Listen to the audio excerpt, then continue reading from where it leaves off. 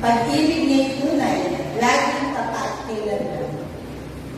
Ang taga-Israel, bayaang sabit kanilang ihayag. Pag-ibig niya'y tunay, laging tapat kailanman. Kayo mga naglilingkod sa Diyos, bayaang magsaysay. Pag-ibig niya'y tunay, laging tapat kailanman.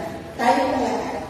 Lahat ng may takot kay Yahweh, dapat magpahayag. Pag-ibig niya'y tunay, laging tapat kailanman. Tayo po at manalangin. O Diyos, tunay na Ikaw ay tapat at mabuti kailanman, Panginoon, sa amin. Maraming salamat po sa umagang ito na muli mo kaming ginising, binigyan ng kalakasan, maayos sa kalusugan at iningatan sa pagpunta sa iyong bahay dalangan na, Panginoon. Ano mang karumihan ang nakikita mo sa aming puso, hinihiling po namin ang kapatawaran ng aming mga kasalanan, O Diyos. Dinisin mo kami at gawing karapat-dapat sa umagang ito sa iyong harapan. Hayaan mo ang iyong banal na pangalan ang maitaas sa aming kalagitnaan, O Diyos. Sa mga gagamitin mo sa umagang ito, kay Pastor Ador, Panginoon, sa choir, sa praise and worship, at sa lahat po ng mga mag-minister sa iyo sa umagang ito, Panginoon, nawa ikaw po ang makita sa buhay ng bawat isa, Panginoon. Buksan mo ang puso at isipan, ang mga tenga, ang mga makikinig ng iyong salita. At nawa ito po ay may sabukay ng bawat isa.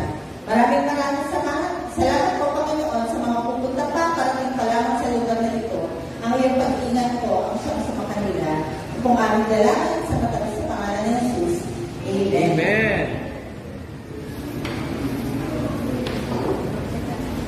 Puri po, Panginoon.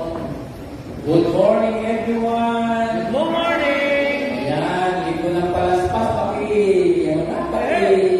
Huwag ang aming mga dalang tao. Ayan, amen. Salamat po. Salamat. Ayan, ito po ay gawin ng lubi-lubi. Pwedeng idulay mamaya. Ano po itatapo? Mamaya idulay po eh. Kuya po, para tayo pangulam. Ayan, Kaya, disiplina sa lahat po ng paggastos, mahal po ang gasolina ngayon. Kaya po, tipid. Ayan, pakisabot tayo sa panlikuran na krisis na naranasan ng lahat ng bansa. Lalo po tayo mga Pilipino ngayon. Kaya isama po natin sa panalangin ang ating pong nahinang bayan, lalo po yung mga nasa laylayan ng ating lipunan na pagkaroon po ng sama-samang pagkilos. Ito yung panahon ng bayanihan. Amen po? Amen. Kaya po ito may kapitbahay na nakikita yung mga kailangan. Kaya natutunan naman po natin ng anumang po may bibigay natin sa kanila. At tulad ng sikat ng araw na ngayon ay lumalampi sa ating pong simbahan, sa ating mga kagawa. Yan po yung nagpapahayag na mahal po tayo ng ating Panginoon. Amen po? Amen. At sa pamamahala ng ating Panginoon, hindi na po tayo pinababayaan. At bago po yung ating mga pahayag sa ating pong mga gawain sa loob ng Sanlinggo ito ng Semana Santa, ay nais po natin i-welcome sa ating kalagitnaan kaibigan ng communities ni Ivonne Idel.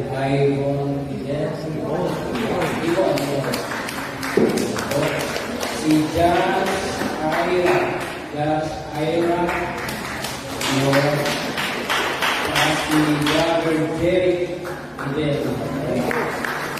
Ang kubay para rito sa barangay sa Toresto. Muson.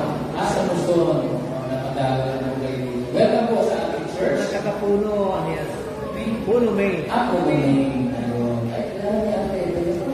Naanak namin. happy wedding anniversary to advance. Ayan po.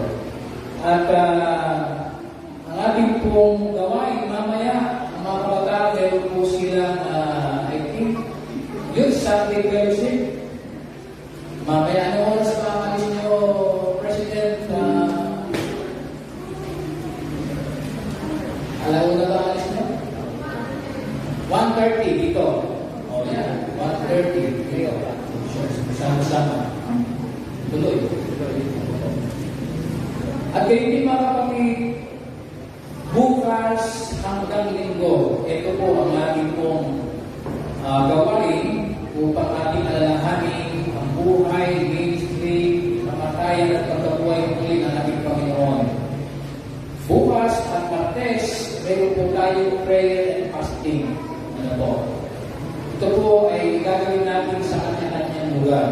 Ano po? Ako po ay balak na pupunta sa isang bundok, hindi ko sasabihin kasi mag-isa lang ako. Ano yan sa Pero kung gusto nyo sumama, Kalalayan, tralala. kung gusto nyo mo sumama, sasabihin ko sa inyo kung saan ako pupunta. Ano? Ako po ay pupunta roon para manalangin. At magayuno ng kaunti. At April 1 po, Wednesday po ito, meron tayong full day, pabasa Biblia. Naranasan niyo ba yun? Isang taon tayo, di ba? Sama-sama tayo. Na binasa natin yung Gospel of Mark. Ngayon po ay Gospel of Luke. Sisimulan po natin yan, actually, ayan, alas 7 po ng umaga, hanggang alas 5 ng hapon. Meron po tayo na-assign na magbabasa ng bawat chapter ng Gospel of Luke. Meron din po recollections na may yan po. At balita po, si Ate Eva ay magluluto ng bilo-bilo. Okay? Libre! Full day. At pagsabit naman po ng Huwebes Santo, meron tayong washing of the feet.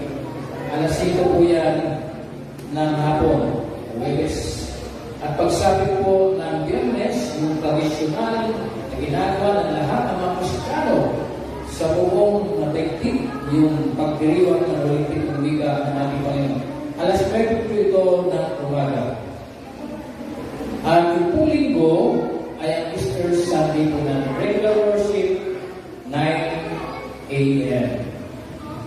At tayo papasalamat sa ating church council na siya nag-ayos ng ating mga bulaklak. At kayo din sa kapatid na Ramon Villamanga na ating Sunday School Kids sponsor. Binabalik po natin ang lahat ng mga may kalawan, March 29, ngayon. Lydia. Oo, na-advance na natin ito. Si Ate Lydia na nabahagi po natin siya ng parang Ate Lydia kasi kung yung sakto kayo na roon, ay binabati po natin kayo ng happy birthday. Ngayon din si Red Pagwal, ng April 3, Jocelyn, ng Tisha, April 4, at Lyles, April Bautista, April 4.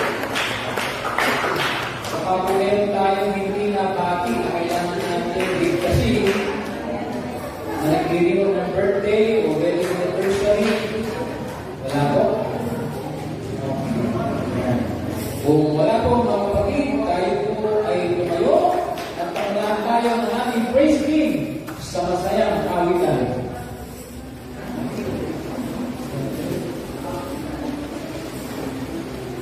Meron po pala announcement.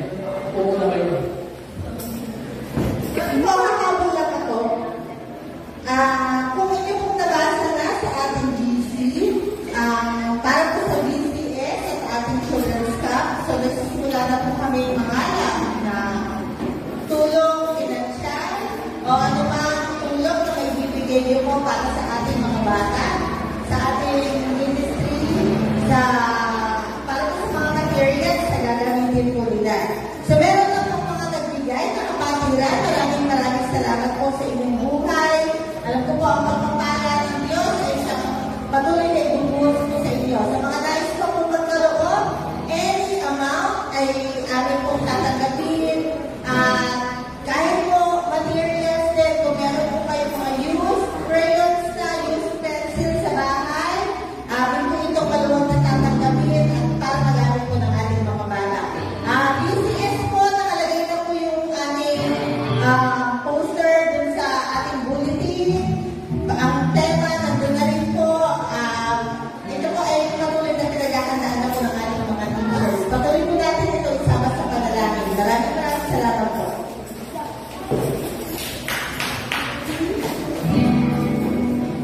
Mag-announcement na po sa fundraising po ng kabataan. So, patuloy pa rin po yung fundraising ng kabataan. Sa, meron po kami check-up sa baba if gusto nyo po magpa-check ng blood pressure nyo or ng blood sugar testing po.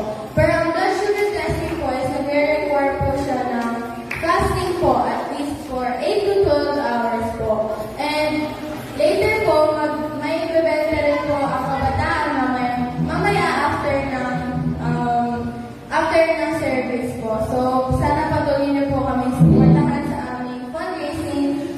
sa ikabubuti ng kabataan. Thank you po.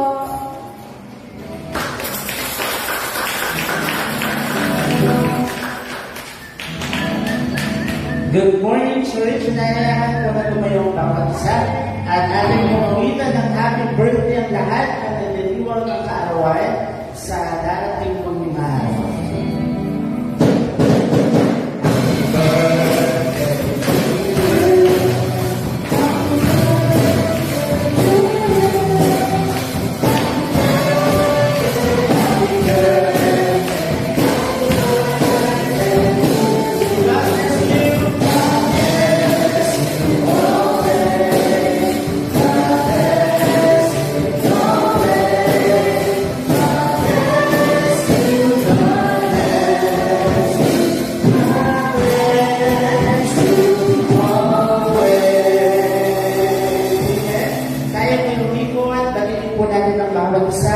I-welcome po natin at sabihin po natin mahal na ng Panginoon. Awitin po natin kung I love you with the love of God.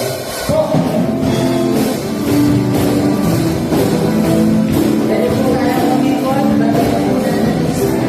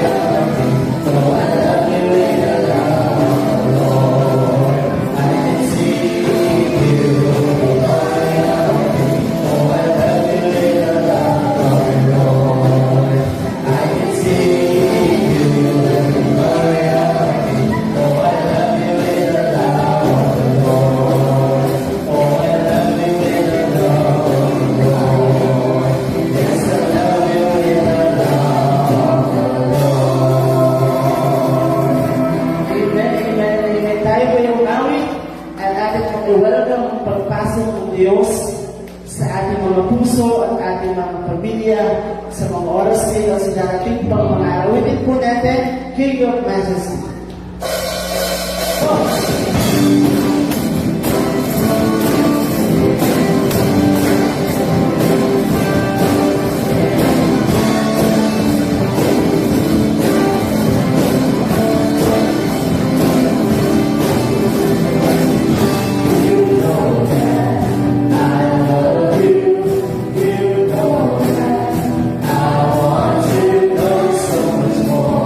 More than I have.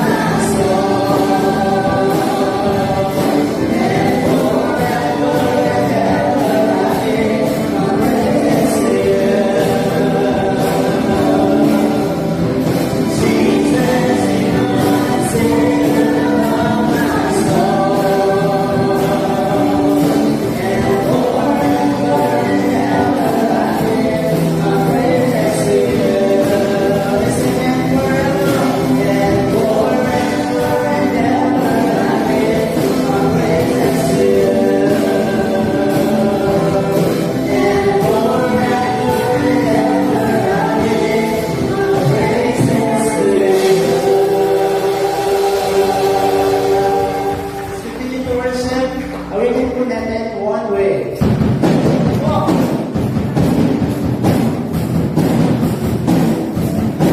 Let's declare ng Diyos ang lahat ng katotohanan para sa ating mga buhay, para sa ating mga panalangin, na gusto natin matupad sa ating mga sarili.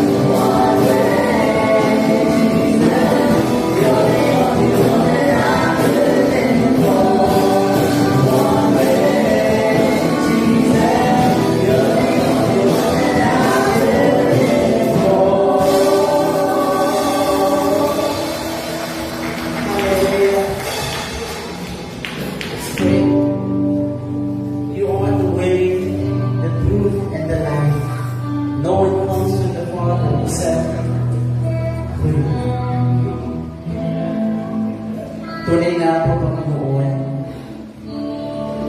na ang pagpasok mo muli sa iyong kaharian ay isang tagumpay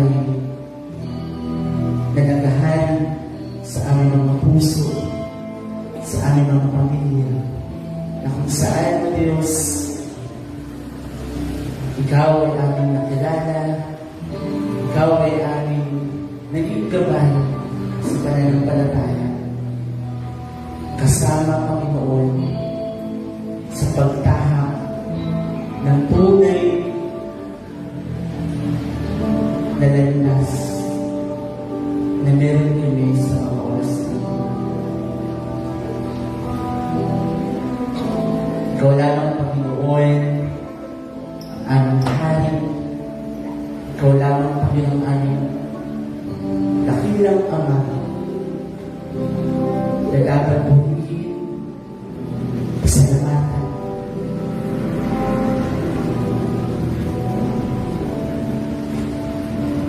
Tunay na po, Panginoon, na walang hanggan yung pagmamahal mo sa bawat isa. Kaya tanggapin po, Panginoon, aming mga papuri at pasasalamat sa mga oras na ito. Maraming salamat. So let's continue to worship. Let's continue to give thanks to Him sa oras na ito. Patuloy na i-welcome sa bawat puso ng bawat isa. Hallelujah.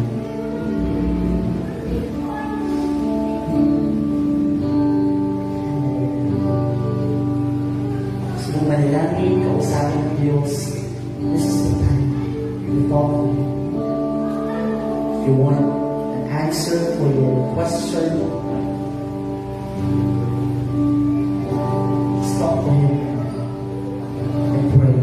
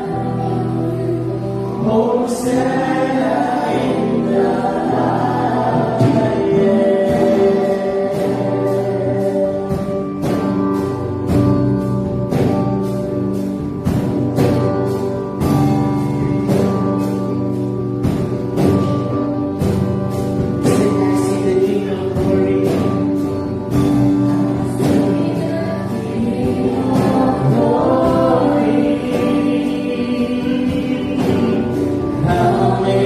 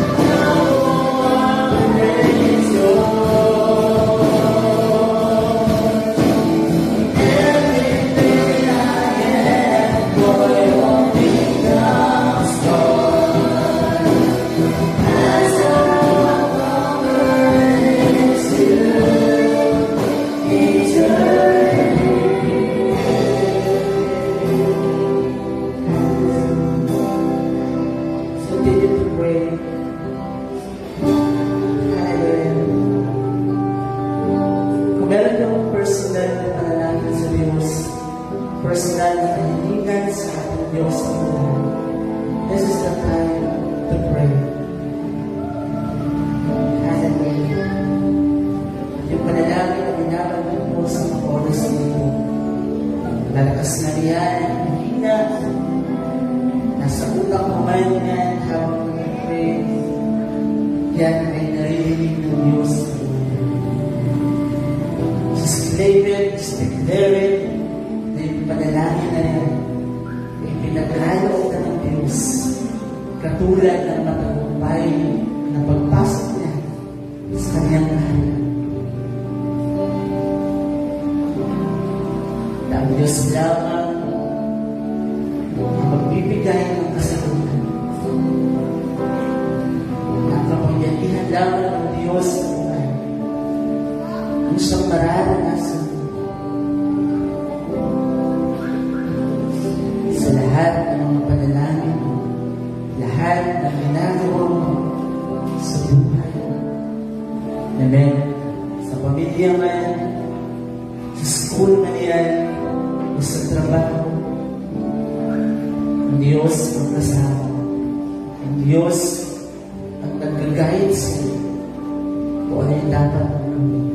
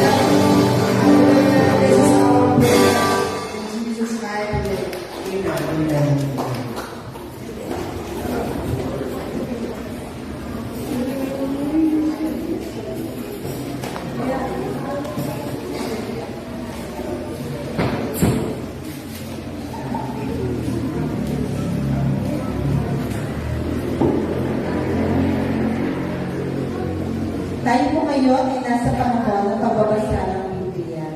Samahan niyo po ako sa pagbasa. Kung meron po kayong mga Biblia, atin po itong buksan sa awit, Kabanata 118, mga talatang 1 hanggang 2, 19 hanggang 22.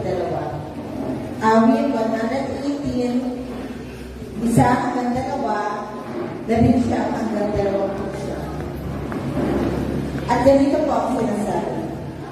Purihin si Yahweh sa kanyang kabutihan. Pag-ibig niyang tunay, laging tapat kailanman. Ang taga-Israel, bayaang sabihin kanilang inayat, pag-ibig niyang tunay, laging tapat kailanman. Ang mga pintuan ng banal na templo'y inyo kayo'y buksan. Ako ay papasok at itong si Yahweh ay papupulihan. Pasukan ni Yahweh ang pintuan ito, tanging makakapasok ay matubig na tao. Aking pinupuri, ikaw, O Yahweh, yan ang pinakinggan, dininig mo ako at pinagtagumpay. Ang batong itilangwin ng mga tagapagtayo ng bahay, ang siyang naging batong panlupan. Ginawa ito ni Yahweh at ito'y kahangahangang pagmasdan. O kahangahangang araw na ito, na itong si Yahweh ang nagbigay, tayo ay magalak ating ipagdiwang. Kami ay iligtas, tubusin mo, Yahweh. Kami ay iligtas at pagtagumpayin sa layunin ng hangad. Pinagpala ang dumarating sa pangalan ni Yahweh magmula sa templo, mga pagpapalay ganyang tatanggapin. Si Yahweh ang Diyos. Pagkabuti niya sa mga hinira, tayo ay magdala ng sama ng kahoy, simulang magdiwang at tayo lumapit sa dambanang banal. Ikaw ay aking Diyos, kaya naman ako'y magpapasalamat. Ang pagkakakila mo ay inahayag. Pasalamat ang Diyos na si Yahweh pagkat siya'y mabuti. Pag-ibig niya'y tunay, laging tapat kailanman. Magsitindig po ang lahat bilang pag-aaral sa pagbasa ng Ebanghelyo na ating pamanaratuan sa sulat ni Mateo, Kabanata 22, ang talatang 1 hanggang 11. Malapit na sa Jerusalem nang sila ay dumaan sa Bethphage sa bundok ng mga Olibo. Inutusan ni Jesus ang dalawa sa kanyang mga alagad. Pumunta kayo sa susunod na layon at makikita ninyo kaagad doon ang isang ilahing asno na nakatali kasama ang kanyang anak. Kalagan ninyo ang mga iyon at dalhin sa akin. Kapag may nagtanong sa inyo, sabihin ninyo, kailangan iyon ng aming Panginoon at ipapaubayan niya agad ang mga iyon sa inyo. Sa gayon, natupad ang sinabi ng propeta, sa lungsod ng Zion ay ipahayag ninyo. Tingnan mo, ang hari mo'y dumarating. Siya'y mapagpakumbaba, masdan mo siya nakasakay sa isang asno at sa isang batang asno na anak ng isang babaeng asno. Lumakad nga ang alagad at ginawa ang iniutos ni Jesus. Dinala nila kay Jesus ang inahing asno at ang anak nito.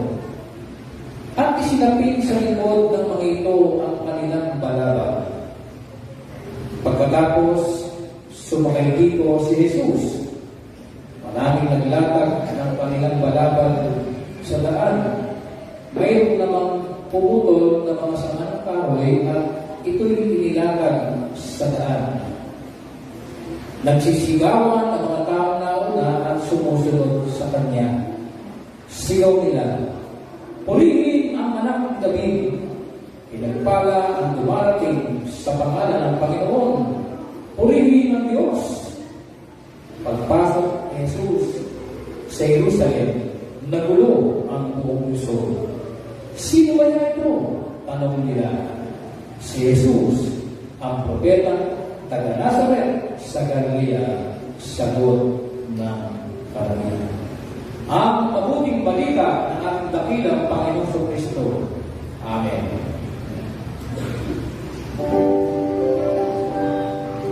Thy word is a light unto my feet and a light unto my path.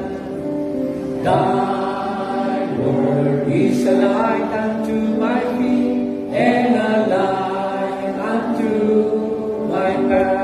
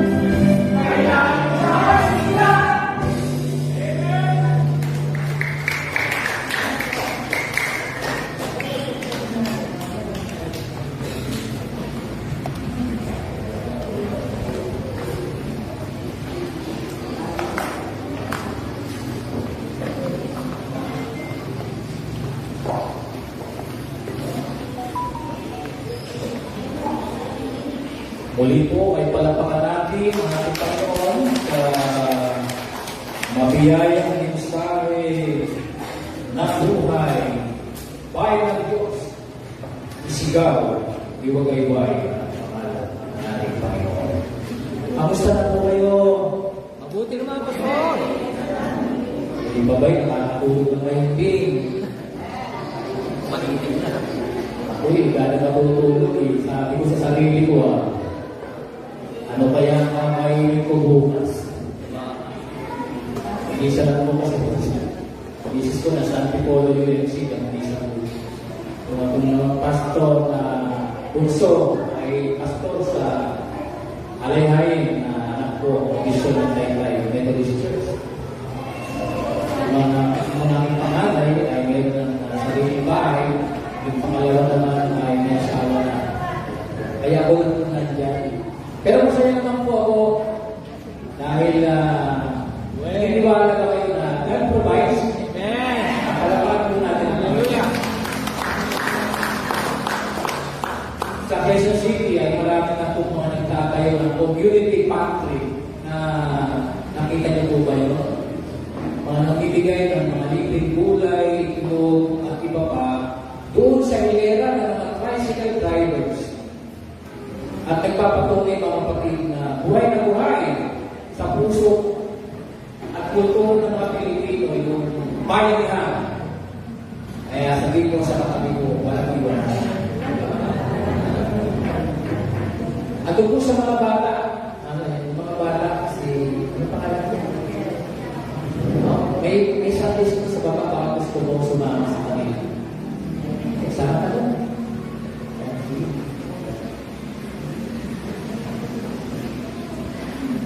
At ang bayanihan ay nagpapatunay na ito ang kailangan ng buong mundo. Yung pagpapatibay na tayo ay nilikha ng Diyos na kung maaari ay walang masasaktan, walang magugutom, at sana po walang mamamatay. Pero ang kaaway ng Diyos ay lubhang na makapangyarihan. Subalit, ang Diyos ay mas makapangyarihan kaysa kanya. Amen? Amen. Kaya sa umagang ito, ang ating linggo ng palaspas, ay pagdirimong natin ng masaya, matagumpay,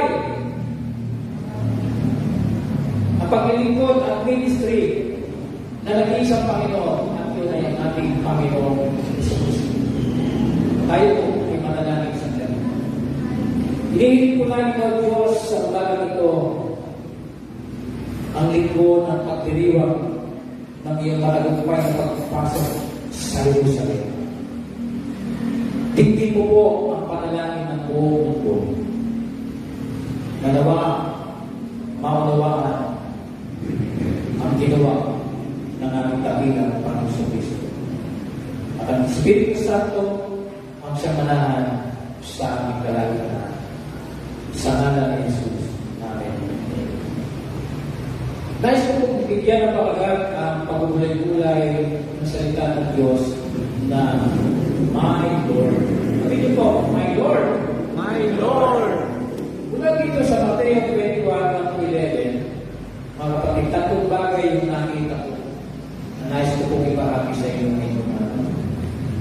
Una, the authority of Jesus. The authority of Jesus. Sabi ko dito sa Matthew 21:2, pumunta kayo sa sulugan na yun at makikita ninyo para doon ang isang inahing asno na nakakali kasama ang kanyang anak. Talagan ninyo ang mga yun at dalhin sa akin. Dito po makita natin mga kapatid yung authority ng ating Panginoon Jesus na dapat pagtiwalaan ang kanyang sinabi. Pagtiwalaan sa kalagayanan ang kanyang iniutos. Pumunta kayo sa susunod na nayon. At makikita ninyo roon ang inahing asno na nakatali, alaga ninyo at dalhin ninyo sa akin. Nakita ko po dito, mga kapatid, ang salita ng Panginoon Yesus ay may authority. Sabi niyo po, authority. Authority. Pag sinabi po natin authority, ito po ay may pong kapangyarihan. Ito po ay mayroong tinatawag natin pangingibabaw sa lahat ng mga makakain. Tandaan po natin na ang ating Panginoon Yesus, simula ng kanyang ministry, siya po ay nagtuturo at siya po ay nangangaral. At sa kanyang pagtuturo at sa kanyang pangangaral, sabi ng mga tao, sa kinuha ni Jesus ang kanyang mga sinasabi, yung kanyang karunungan, samantalang siya ay anak lamang ng isang anluwage. Alam niyo yung anluwage? Carpintero. At ang kanyang pagulang na si Maria ay isang ordinaryong nasa bahay lamang ng tao. Paano siya nagkaroon ng ganyang mga pangusap na may authority? Kaya nga, kung pag-usapan natin mga kapatid, ang tinatawag natin authority, pag sinabi ng Panginoon, 100%, amen? Na yan ay galing sa itaas, sapagkat ang Diyos sa pasimula pa ay naroon na kasama ng Diyos ang salita. At ang salita ay nagkatawang tao. At sabi ko sa John 1:14, nakita namin ang kaliwalagyan ng Diyos sapagkat ang salita ay nagkatawang tao. At sino? Si Jesus. At kapag si Jesus po ay nagsalita, katulad noon, sabi niya kay Mateo, sumunod ka sa akin. First time lang nakita ni Mateo si Jesus, first time lang niya namit si Jesus, ang sabi ng Biblia, tumayo si Mateo at sumunod kay Jesus. Ganon katindi yung authority ni Jesus. Pangalawa, the power of stewardship. Matthew 21, verse 3. Kapag may nagtanong sa inyo, sabihin ninyo kailangan niyo ng aming Panginoon. Ipapaubaya niya agad ang mga iyon sa inyo. Noong panahon na yan si Jesus ay nag-ministry, 2,000 years ago, ang kinikilalang Lord ng buong nasasakupan ng Roman Empire ay hindi si Jesus, kundi si Caesar. Kapag yung Caesar na pinasabing emperor, ay pinaniniwalaan na siya ay hindi lang tao, kundi sumasa kanya ang Diyos. The emperor himself. Kaya pag dumaan ang emperor, sa Jerusalem, ang sasabihin ng karamihan, Caesar is Lord, Caesar is Lord. Pero bakit may authority si Jesus? At ano ang gagawin ng authority na ito sa emperor na ito na sinasabi ng karamihan na ang emperor is also Lord?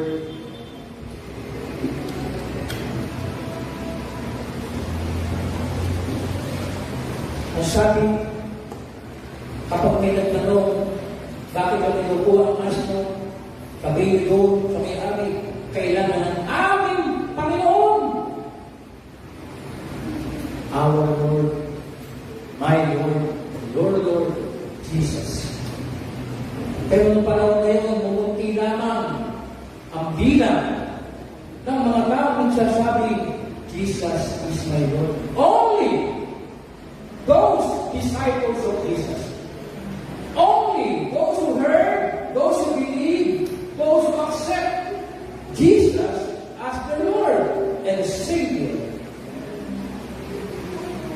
Kaya napansin natin mga kapatid, matagumpay na pagpasok ni Jesus sa Jerusalem. At sabi ko sa ulit talata ng Matthew 21:11, nagulo ang Luzon ng Jerusalem. Nagpapaano na sila? Sinong Lord yun? Sinong Lord yan? Na ipinapakita at ipinakikilala ang banal na kasulatan na si Jesus ay may authority. Na si Jesus ay Panginoon. Pangalawa, the mind of Jesus Christ, humility. Okay, tingnan niyo po itong Matthew 21:4 and 5. Sa ngayon, ano ba ang sinabi ng propeta? Sa lungsod ng Sion na ipayag ninyo, tingnan mo, ang hari ko ay dumarating. Siya ay kapagpakumbaba. Masdan mo't siya ay nakasakay sa isang asno at sa isang batang asno na anak ng isang babaeng asno. Bakit asno? Ano po yung asno? O yung English mo ng sister. Donkey. Ano yung donkey? Sabi niya mali na horse. Opo. Yan po yung katangian ng isang alaga na hindi nangangagat. Yan po ay maamo. Tingnan niyo yung katabi mo. Yan po katabi mo yung maamo. Hindi ba nangangagat yan?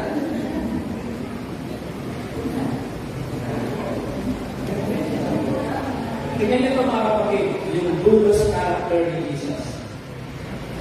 Philippians 2:5-8. Ito yung dulos character ni Jesus. Naway magkaroon kayo ng kaisipan na tulad ng kay Kristo Jesus. Kahit siya likas at tunay na Diyos, hindi niya pinagpilitang manatiling kapantay ng Diyos. Sa halip, siya niyang hinubad ang pagiging kapantay ng Diyos. At naging katulad ng isang alipin. Ipinanganak siyang tulad ng mga karaniwang tao. At ang si Kristo'y maging tao, nagpakumbaba siya at naging masunurin hanggang kamatayan, maging ito man ay kamatayan sa krus. Pansinin niyo mga at sabi ko, bagaman sa Diyos, yung kalikasan na yun, hinubad na. At siya ay namuhay ng isang ano?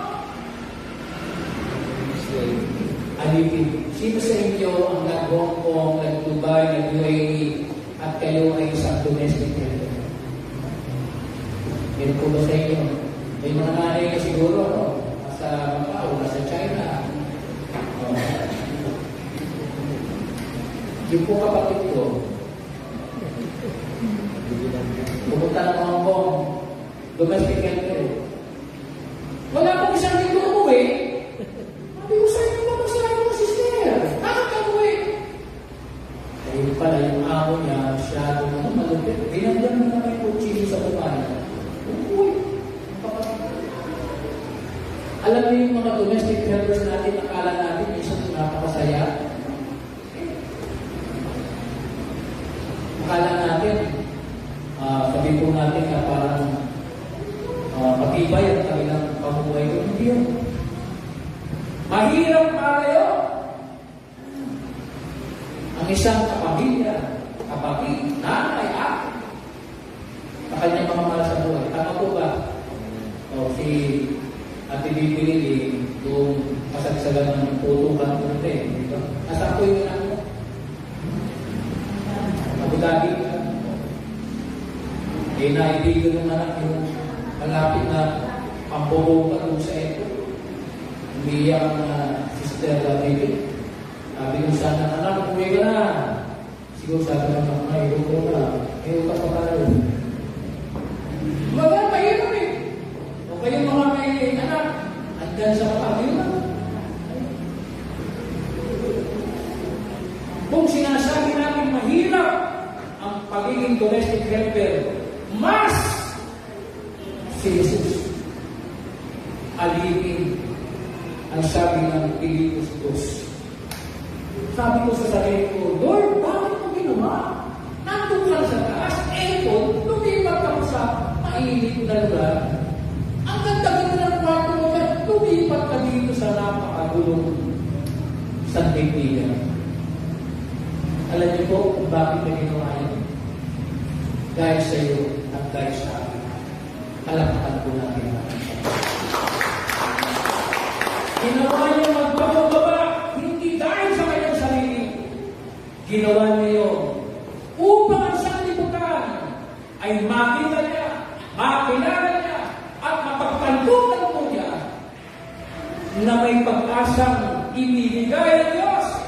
At yun ay walang iba kundi ang pagpapakumbaba ng ating dakilang Panginoon Kristo. Biruin niyo, isipin niyo, itong darating na mga araw na ito. Panoorin yung Passion of the Christ ni Mel Gibson, paulit-ulit kong pinapanood. At sa ating paligid, tayo mga Kristiyano dito sa bansang Pilipinas, ang yaman natin sa kultura ng tinatawag na penitensya. Kung titignan natin mabuti ang pagpapahirap na ginawa sa ating Panginoon Kristo, ang sabi ng Pilipos 2:5-8 yung kanyang pagpapakumbaba hanggang doon sa krus. Ginawa niya. Naalala niyo kung may isang ko, the day before Jesus Christ was crucified. Nananalangin si Jesus sa Gethsemane at tumulong ang kanyang pawis na parang dugo. At siya'y nananalangin ng ganito, Ama, pwede ba huwag ko nang daanan ang kalis ng kamatayan? Ibig sabihin ni Jesus, ipapako ako bukas. Pahihirapan na. Gagawa nilang gula-gula nilang katawan. Tapapisin nila ang aking tagiliran. Nakikita ko ng Jesus. Ama, pwede ba bukas? Daanan niya. Ibig sabihin, tapak ko na ako, hindi ko na ginagawa, papabago ko, iiwanan ko na rin. Hindi mo ginawa ng Panginoon nyo. Ang sinabi ng Biblia, mula sa bibig ng ating Panginoon, let your will be done. Ang iyong kalooban na ang mangyari. Ano yung kalooban na yun? Yung siya ay namatay sa krus. Bakit na kailangan gawin yun? Sapagkat ito ay magiging biyaya at pagpapala sa lahat ng makakakilala at makakaalam ng lalim ng kanyang ginawa sa krus. Ang pagpapakumbaba ng ating dakilang Panginoon. Kaya sabi dito, be like Jesus. The character of Jesus and the style of living of Jesus. Nilasya natin ang Pilipos. Magkaroon kayo ng isip na tulad ni Kristo. Magpakumbaba kayo. Magpakumbaba tayo. Ano yung isip ni Kristo? Pag sinabing isip ni Kristo, yun yung laman ng karunungan ng Diyos. Kaya nga tayo humanga kay Jesus. Bakit? Nagturo siya ng may kapangyarihan. Nagturo siya ng may pagmamahal. Nagturo siya ng mga salitang may malasakit sa kapwa. Yun ang kaisipan. Yun ang karakter. Yun ang style ng pamumuhay ni Jesus. Na dapat tularan natin. Kaya sabi ng Pilipos, magkaroon kayo ng ganyang kaisipan. Pakitignan yung katabi mo. Sabi mo sa kanya, boy, Nakita ko naman si Jesus sa iyo. Yan, di ba? Oo. Nakita ko naman si Jesus sa iyo. Na hindi lang tayo pag-iwan niyo mo gayway, ang ganda mo lang. Dapat sa puso. Bakit tayo nagbabagayway? Itinalas natin ang pangalan ni Jesus. Ibinawagayway natin ang ginawa ng Panginoon. At tayo nakikisa sa pag-bagayway sapagkat tayo ay kaisa ng ating dakilang Panginoon Kristo. At ito ang diwa na ibinibigay sa atin. Sapagkat lahat po ng ating mga pinagdadaanan, madilim ang daan natin, kasama natin ang Panginoon dyan sa pag-bagayway. At doon sa ulo ng ating mga pagkurusa at pagsasakripisyo, may liwanag na naghihintay. Totoo yan, mga kapatid. Yan, kaya na yan. At yan.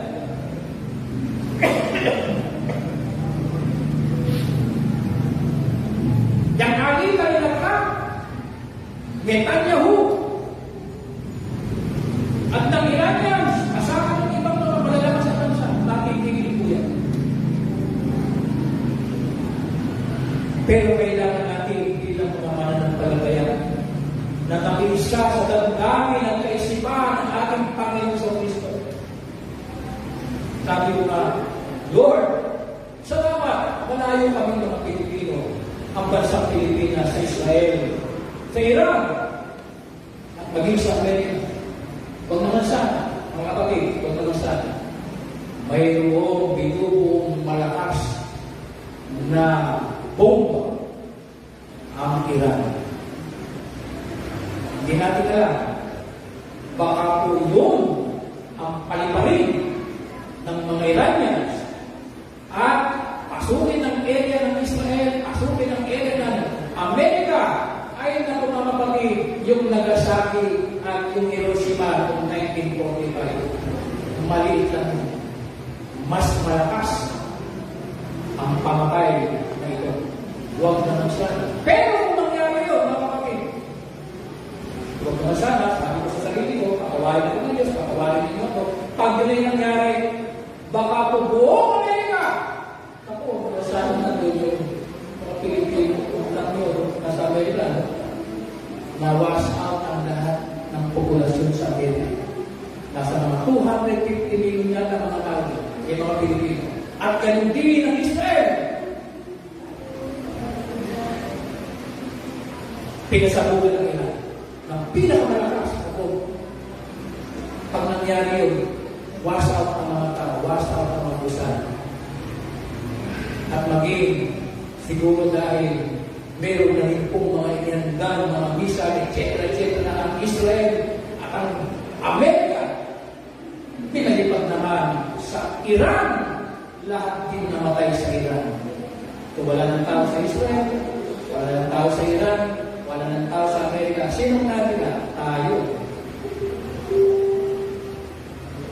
Lord, pag kami ba natin ang paano nangyayari? Yun ang problema. Yun ang problema. Bagaman ayaw namin tira, siyempre, meron tayong pagtatanong paano na. Huwag na lang sana mangyayari ito. Kung sakasakali lang, tayo mga mananampalataya, mapalad pa rin tayo kung tayo yung matter sapagkat malayo tayo.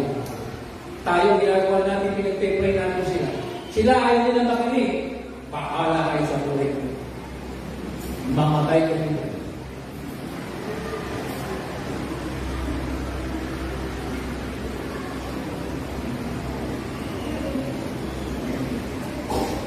Kaya ang sigaw ng bayan, yan po ikatlong bahagi ng high school.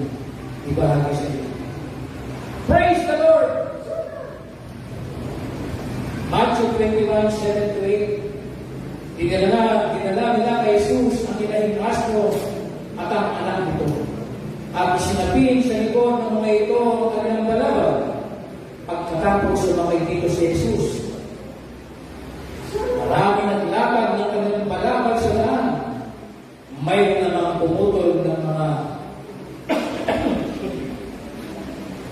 sa kanang kahoy at ito'y ilatag sa daan. Ano ibig ko sabihin? Ito pong pagpasok ng ating Panginoon Yesus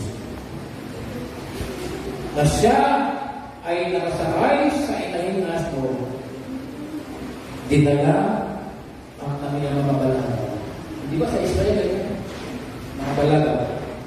Pagkatapos, ilinagag ito, itong mga balaga ito sa daan. At pumutol naman ang mga sanga ng kahoy. At ito'y ininatag sa daan.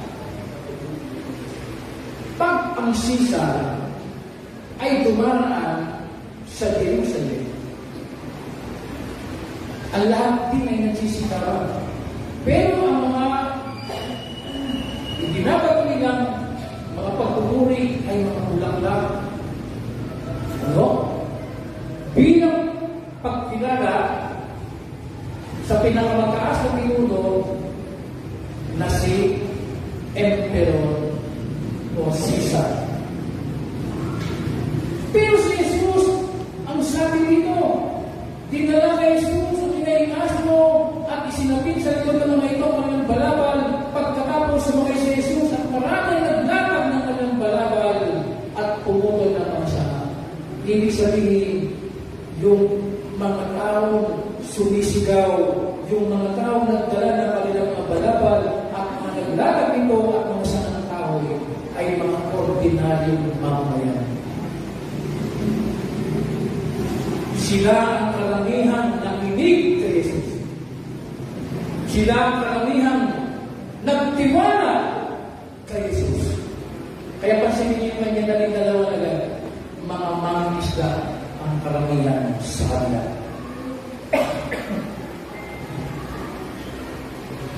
Shout to the Lord!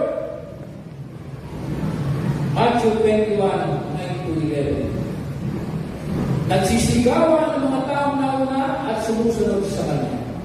Sigaw nila, purihin ang anak ni David, pinagpala ang dumarating sa pangalan ng Panginoon, purihin ang Diyos. Pagpasok ni Jesus sa Jerusalem, nagulong ang lungsod. Sino kaya ito? Tanong nila. Si Jesus, ang propetang taga Nazaret sa Galilea, sagot ng karamihan. Si Jesus na taga Nazaret, ang propeta, kinikilala nila. Mga kapatid, kinikilala pa talaga natin si Jesus na ating Panginoon. Tayo po ba pag nagpupuri, sinasabi ba ng ating puso, praise the Lord. Ang karamihang nakaranas ng tunay na pag-ibig at pagliligtas ng Panginoon. Yan ang talaga mga sinasabi. Purihin ang Diyos, purihin ang Panginoon. Kaya sabi ng awit, tunay at tapat kailanman ang pag-ibig ng Panginoon na hindi tumutulas. Kaya nawa ang linggo ng palaspas na ating pinagdiriwang ay pagbabaybay at sinasabi natin, mahal Lord. Sa ngalan ni Jesus, Amen.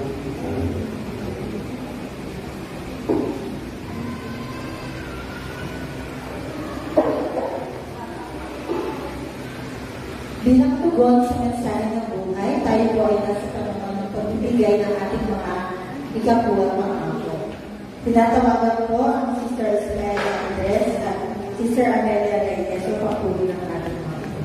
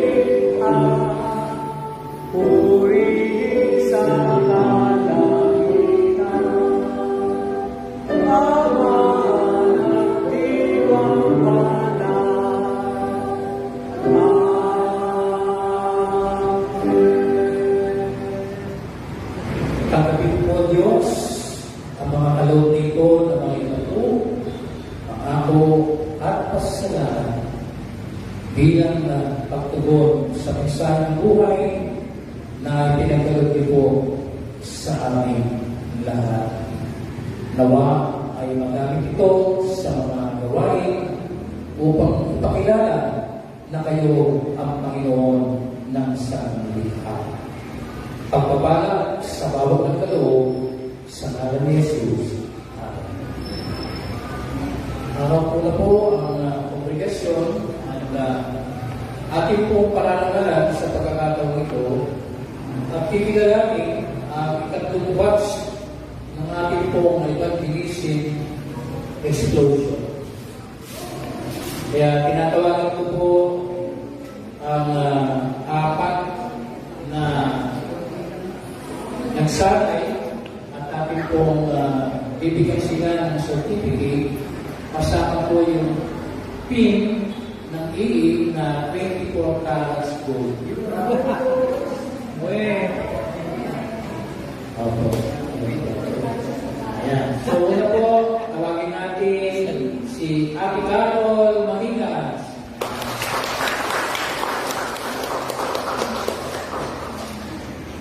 Ate Amelia Reyes. Destiny Andres. At Sister Maylene.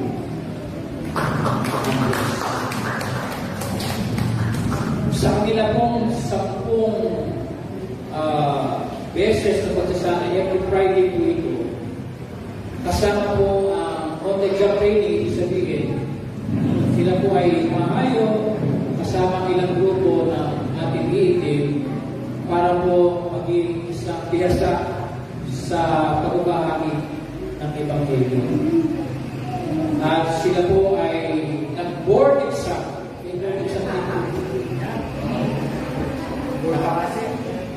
Nakapasa po siya lahat. Siyempre, tatawagin po natin yung magbibigay o lalagay po ng PIN. Kay Ate Maylene ay si Ate Joan. Ate Joan, pwede po ba yung kayo, siyempre, yung ako. Graduate din ito si Hera. Si Sister Joan mo, graduate din po yun ang Evangelism Explosion Batch 2. Si Hera Ben ay Batch 3, graduate. At si Ate Carol ay si Joel, tawagin natin si...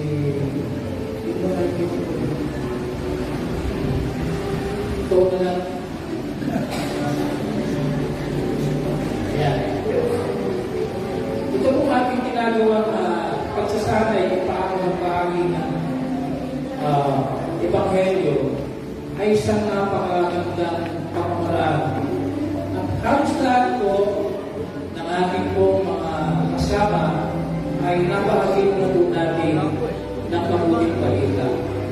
Kaya kung pag-uusapan ang tinatawag natin buhay kabanatan, karamihan po sa ating mga kasama ay mayroong assurance of salvation. Kaya para sa ating short batch, palakpakan po natin sila.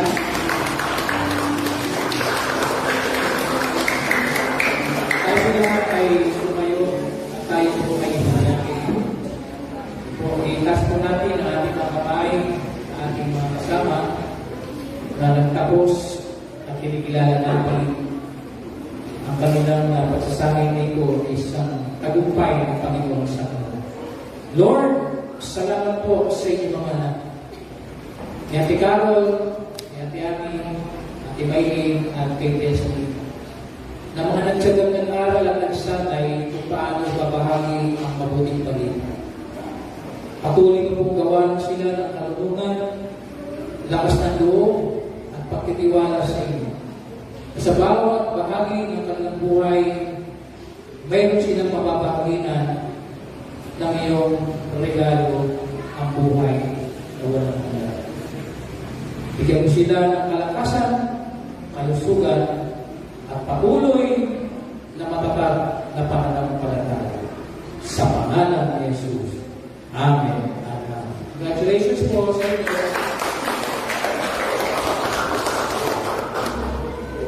Natili tayo na kayo at awitin natin ng may kasiglahan at kagalakan ang standing on the promises.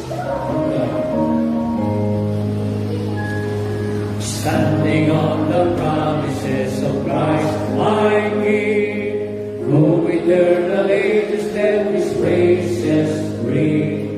Glory in the highest I will shout and sing, standing on the promises of God. Standing, standing, standing on the promises of God, my Savior. Standing, standing, I'm standing on the promises of God. Standing on the promises that cannot fail. When the howling storms of doubt and fear assail, by the living word of God I shall prevail. Standing on the promises of God. Standing, standing, standing on the promises of God, my Savior. Standing, standing, I'm standing on the promises of God. Standing on the promises of Christ the Lord, bounding eternally by God's strong cord, overcoming daily with the Spirit's sword, standing on the promises of God. Standing, standing, standing on the promises of God, my Savior. Standing, standing, I'm standing on the promises of God. Standing on the promises I cannot hold, listening every moment to the Spirit's call, resting in my Savior as my all in all. Standing on the promises of God. Standing, standing, standing on the promises of God, my Savior. Standing, standing, I'm standing on the promises of God. Tayo po ay manalangin. Katulad ng aking inawit, kami po ay nakatayo, naninindigan ng Panginoong Yesus. Kayo po ang aming hari. Kayo po ang nag-iisang Panginoon na makagagawa at makalilikha ng bagong puso ng lahat ng tao. Panginoon, salamat sapagkat dumating po kayo sa aming buhay. Dumating po kayo sa aming bayan. Dumating po kayo sa sangkatauhan. Na maraming kumilala at kayo po'y tinanggap bilang Panginoon na nagpapagpas.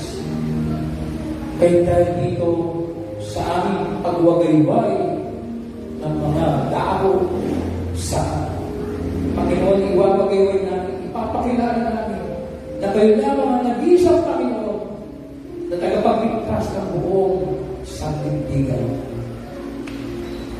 Nanawa ang Diyos, makamtan ang bawat nilikha po niyo, ang tunay na layunin ng buhay.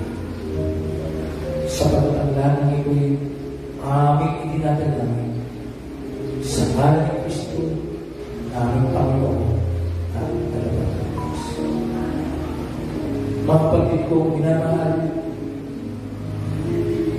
tanggapin natin ang masaganang biyan. kaspas at pagpapala mula sa ating Diyos na pag-ibig at pagliligtas ng ating dakilang Panginoon sa Kristo. Ang kaaliwang gabay pag-iingat ng Banal na Espiritu sumapit na ngayon at magpakailan ilang pa. Amen.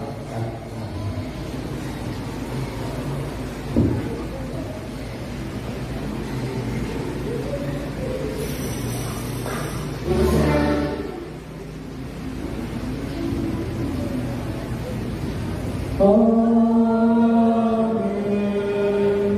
Amen.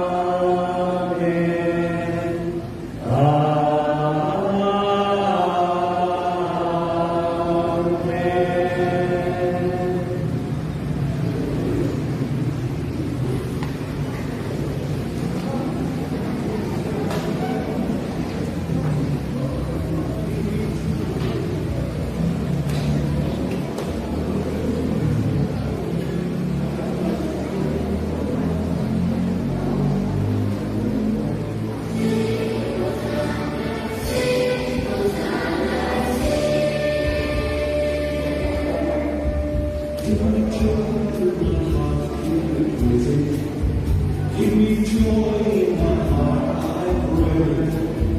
Give me joy in my heart, give me praise. Give me praise until the end of the day. Sing Hosanna, sing Hosanna, sing Hosanna to the King of Kings. Sing Hosanna, sing Hosanna, sing Hosanna to the King. Dahil po na pumunta po sa harap ang bawat isa para po sa ating picture taking. Padala po ang inyong mga palaspas. Salamat po.